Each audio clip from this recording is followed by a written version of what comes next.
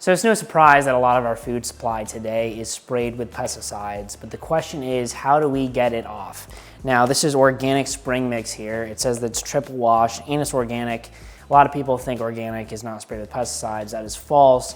Organic is also sprayed with pesticides, albeit organic pesticides, but still pesticides. So that's something to know. We want to make sure that our fruits and vegetables are as clean as possible. So today I'm going to show you how I wash my greens specifically.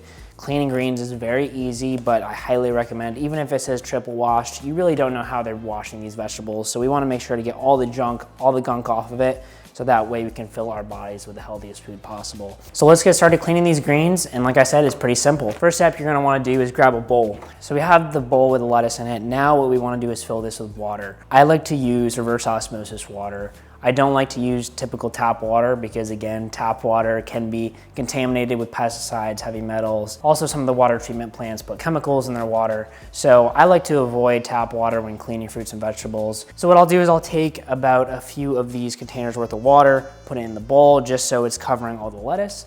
And then from there we can get in the washing process. If you don't have a reverse osmosis system or a countertop system, tap water will do fine here. So we got the bowl filled with water here, and the water alone is gonna clean these greens very well. However, to add the extra kick and to make sure we could reduce the pesticide residue as much as possible, we're gonna throw in some baking soda.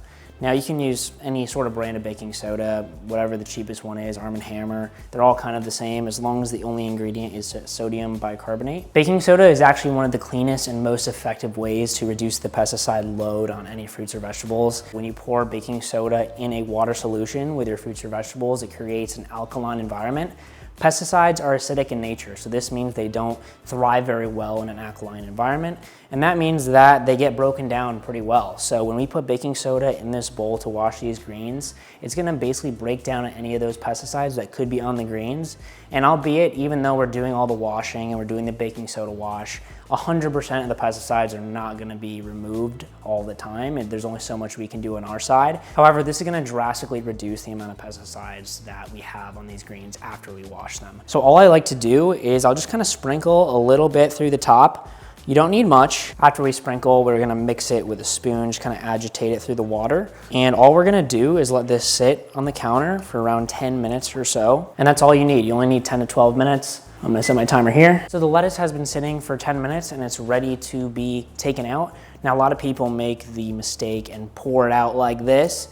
All that's gonna do is pour all the contaminants right back on your lettuce. So you do not want that. The best way to actually take the lettuce out is just grab a handful. I also filled up a bowl with completely clean water. All I'm gonna do is just dunk the lettuce in a clean water bath just to make sure all the baking soda residue and any other residues are completely removed. So now we're gonna do the same exact process, take the lettuce out.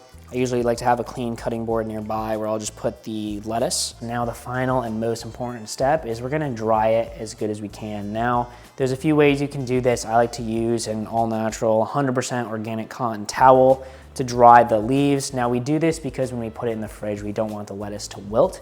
This will keep the lettuce nice and crispy by removing all that moisture.